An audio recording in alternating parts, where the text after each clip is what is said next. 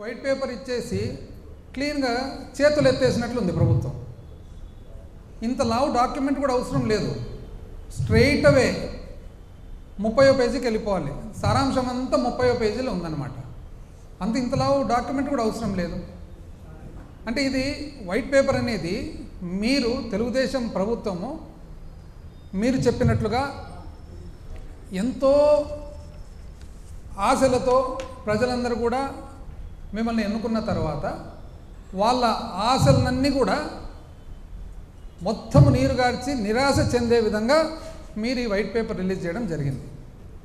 ఇది అసలు చూసిన తర్వాత అనిపిస్తుంది, ఇది శ్వేతపత్రమా లేదా సాకుపత్రమా? శ్వేతపత్రమా లేదా సాకుపత్రమా? అన్ని సాకులు కనపడుతూ ఉన్నాయి. ఆ సాకులు కూడా అన్ని ఇన్వాలిడ్ సాకులు. నేను చెప్తాను ఎందుకు ఇన్వాలిడ్. అసలు సూపర్ 6 అని చెప్పి మీ సూపర్ 6 మీద ఎంతో నమ్మకంతో ప్రజలందరూ కూడా మిమ్మల్ని ఎన్నుకుంటే, ఒకవైపు ఏమో ప్రజల్లోనే డౌట్స్ కూడా చెప్తున్నారు. అసలు ఈ విధంగా ఇన్ని సీట్లు ఎట్లు వచ్చినాయి, ఈ విధంగా ఇంత మెజారిటీలు ఎట్లు వచ్చినాయని చెప్పి ప్రజలు ప్రశ్న ఒకవైపు. ఈ మధ్యకాలంలో సీనియర్ ఐఏఎస్ ఆఫీసర్స్ కూడా ఎంతోమంది ప్రశ్న వేస్తున్నారు అసలు ఎన్నికల విధానంలో. సరే, ఏది ఏమైనా కూడా సూపర్ 6 ఇప్పుడు మొదలు కాకముందే మొట్టమొదటి ఓవర్లోనే సూపర్ 6 డక్అవుట్ అయినట్లుంది. సూపర్ 6 కాస్త డక్అవుట్.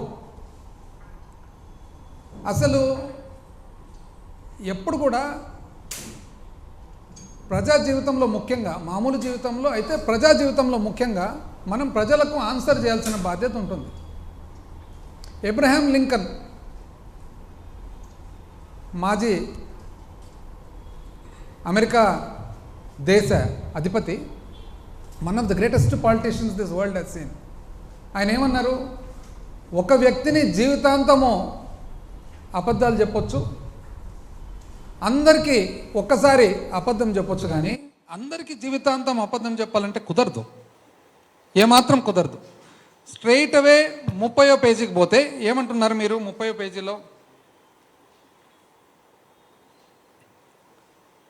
ఇంచుమించు అంటే ఒక 1000 కోట్లు ఇటు అటులో మాట్లాడాలంటే 2,50,000 కోట్లు, ఒక 1000 కోట్లు ఇటు అటు అనుకోండి, 2,50,000 కోట్లు మీకు అవసరం ఉంది పరిపాలనకు. ఏం పరిపాలన అదేది? సహజమైన మామూలు పరిపాలన. అంటే మీ స్కీములు ఇంకోటి ఏమి లేకుండా ఓన్లీ జీతాలు, పెన్షన్లు, అప్పు కట్టడము, వెల్ఫేర్ పెన్షన్స్, విద్యుత్తుకు సంబంధించిన సబ్సిడీ, పీడిఎస్ మన రైస్కు సంబంధించిన subsidy, minimum Aarogyasri, diet, MDM, anganwadi, centrally assisted state plan, programmes and అడ్మినిస్ట్రేషన్కు మాత్రమే. అయితే 2,40,000 కోట్లు మీకు ఆదాయం ఉంది. 10,000 కోట్లు అసలు ఈ మామూలు కేవలం జీతాలు, భత్యాలు, అప్పు అండ్ మన వెల్ఫేర్ పెన్షన్స్కు సంబంధించిన పరిపాలనకే 10,000 కోట్ల అప్పు ఉంది, తక్కువ అవుతుంది. కాబట్టి ఏం చేయాలి? అయ్యా, నువ్వు చాలా మేధావివని కదా నిన్ను ఎన్నుకునేది, నీకు అపారమైన అనుభవం ఉందని కదా నిన్ను ఎన్నుకునేది. ఈరోజు నువ్వు ఏం చేయాలి అని చెప్పి మీరే ప్రజలకు ప్రశ్న వేస్తే, ప్రజలతో పాటు పార్ట్నర్షిప్తో మనము ఆలోచన చేద్దాం. ఇంకేందుందండి పార్ట్నర్షిప్? ప్రజలు చేసే పని చేసేసినారు, ఇక మీది బాధ్యత. ప్రజలు ఏం చేస్తారు దీంట్లో? పార్ట్నర్షిప్. ప్రజలు వెయిట్ చేస్తున్నారు,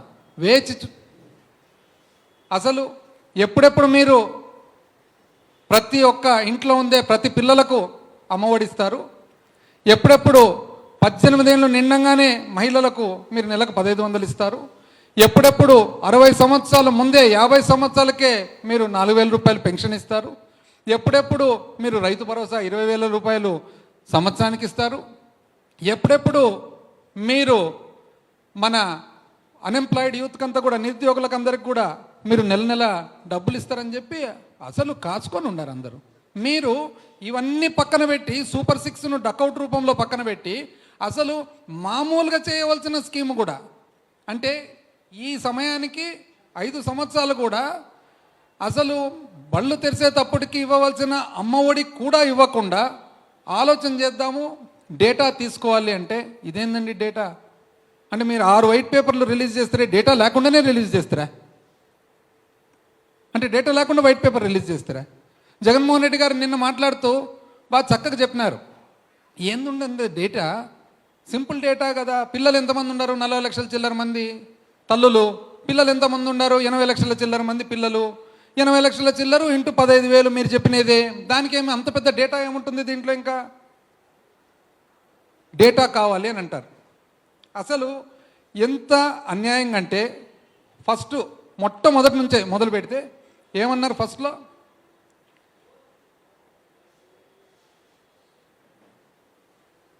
అసలు ఇంతకుముందు 2014 నుంచి 19 చేసిన పరిపాలనలో అంట చాలా స్థూల ఉత్పత్తి బ్రహ్మాండంగా పెంచినారంట, ఆ తర్వాత సరిగ్గా పెరగలేదంట. అవునండి? అంటే వైట్ పేపర్లో ఏదంటే అది రాసేస్తానే దాన్ని ఎవరు చదవకుండా దాని ఫ్యాక్ట్స్ ఫిగర్స్ తీయకుండా ఉంటాయండి. ఎప్పుడు కూడా స్టాండ్ అలోన్గా, అంటే ఆంధ్రప్రదేశ్ రాష్ట్రము 1 సంవత్సరం చూసుకొని దీన్ని మాత్రము, కేరళ రాష్ట్రం 1 సంవత్సరం చూసుకొని దీన్ని మాత్రం కాదండి, భారతదేశంలో మన భాగం ఎంత అనేది చూద్దాం. ఒక రెఫరెన్స్ పాయింట్ ఉండాలి కదా. అంటే ఇప్పుడు ఈ 5 సంవత్సరాలు కోవిడ్ ఉంది, కోవిడ్ సంవత్సరాలకు కోవిడ్ లేని సంవత్సరాలకు పోలిక పెట్టేదానికి అవుతుందండి?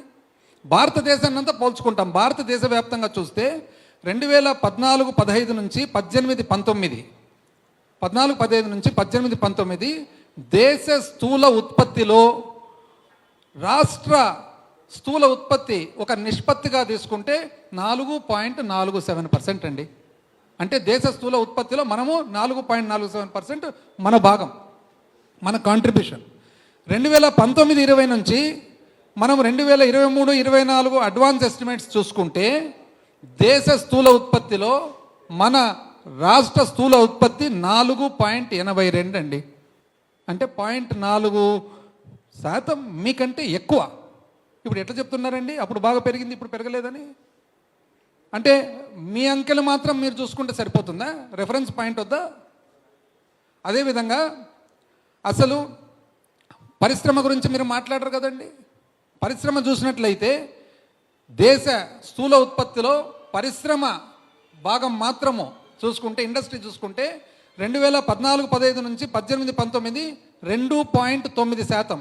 అంటే ఆంధ్ర రాష్ట్ర భాగము కాంట్రిబ్యూషన్ టు నేషనల్ జీడిపి చూస్తే 2.9% అయితే 2019-20 నుంచి 2023-24 అడ్వాన్స్ ఎస్టిమేట్స్ వరకు చూస్తే 4% అండి. పరిశ్రమ అప్పటికంటే ఇప్పుడు 1.1% పెరిగింది. ఎట్లా? దేశ స్థూల ఉత్పత్తిలో భాగంగా చూసినట్లయితే ఒక రెఫరెన్స్ పాయింట్తో. మీరు మాత్రం బయట పరిశ్రమ రాలేదు, పరిశ్రమ రాలేదు, పరిశ్రమ రాలేదు అంటారు. ఎంత అన్యాయం అండి.